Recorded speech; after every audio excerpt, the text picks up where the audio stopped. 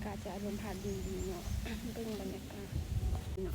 มันจะเป็นข้าวหวานเนาะต้นเขียวๆจะเป็นข้าวหวานดำเอาเนาะบรรยากาศนี้ก็บรรยากาศดีเลยบรรยากาศกำลังดีอัมมูเดี๋ยวกล้องเอามาเบิ่งบรรยากาศตามห้องให้ห้องนาเนาะลมเย็นทัดสบายดีโอ้เบิ่งนี่น้ำก็อยากมีในนี่ฝนตกต้อง2-3 มื้อหลังแต่โซนในฝนไม่ค่อยตกเบิ่งกบเขียดเข้าในนาดิตัวกระตักกระเตนมันดิ้นดอกบรรยากาศทุ่งให้นายินตัวกระตักกระเตนก็ไล่มีขาคายวันนี้ครับมีขาคายหุ่มเขียวหุ่มน้องครีมนอนว่ะน้องอัดน้องแดงน้องดำไปนอนยุสอันโคนว่ะคือบ่เห็นบ่เอานอนสวาลูกเอานอน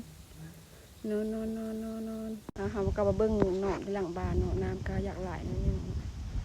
น้ำก็เยอะคุ้นๆหน่อยนึงเพราะว่าแบบเลี้ยงเป็ดเลี้ยงไก่ใส่ข้างหน้านี่ก็เป็นน้ำเขียวๆช่วงนี้ดอกไม้กำลังบานดอกขาวๆนี่กำลังบานเอามาเบิ้งอันนี้หญ้าเกิดไล่มันเพิ่งก็คิดมันกำลังออกดอกมันสิเป็นมากหอมเพชรก็มีแต่อันเดียวมันหอมเพชรมันไม่หอมเพชรเขาห้องไม่ยังก็ลืมซื้อละเบิ้งมีบักเขือลูกนึงเป็นตะแซ่บแฮะเบิ้งบักเห็ดกำลังเป็นมีกบเดียวที่เป็นลายเบิ้ง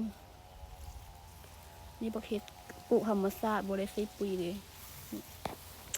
ดอกไม้กำลังบานหลายลมพัดเย็นดีผู้คนมาเบิ้งเนาะเป็ดกำลังเลี้ยงเป็ดใส่น้ำเลยเนาะมันกำลังลอยน้ำเป็ดปากกิ้งเด้เลี้ยงอันปลาใส่หนองเลยแล้วก็เอาเป็ดลงน้ำนี่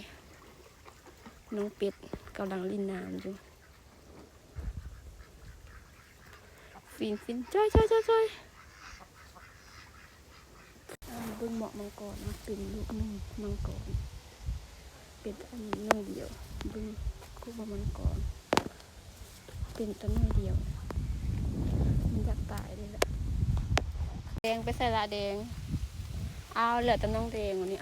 น้องแดงนอนสมพอเซิร์ฟโบเห็นมันนอนอยู่นี่เนาะเป็งนัวลูกเป็งนัวนอนนี่วะโอ้เย็นสบายนอนอยู่เขียวโฟนกุกมานี่สบายนะเบิ่งกองไว้งามน้องแดงลูกแม่ลูกดำโบเห็นตาอัดน้องอัพ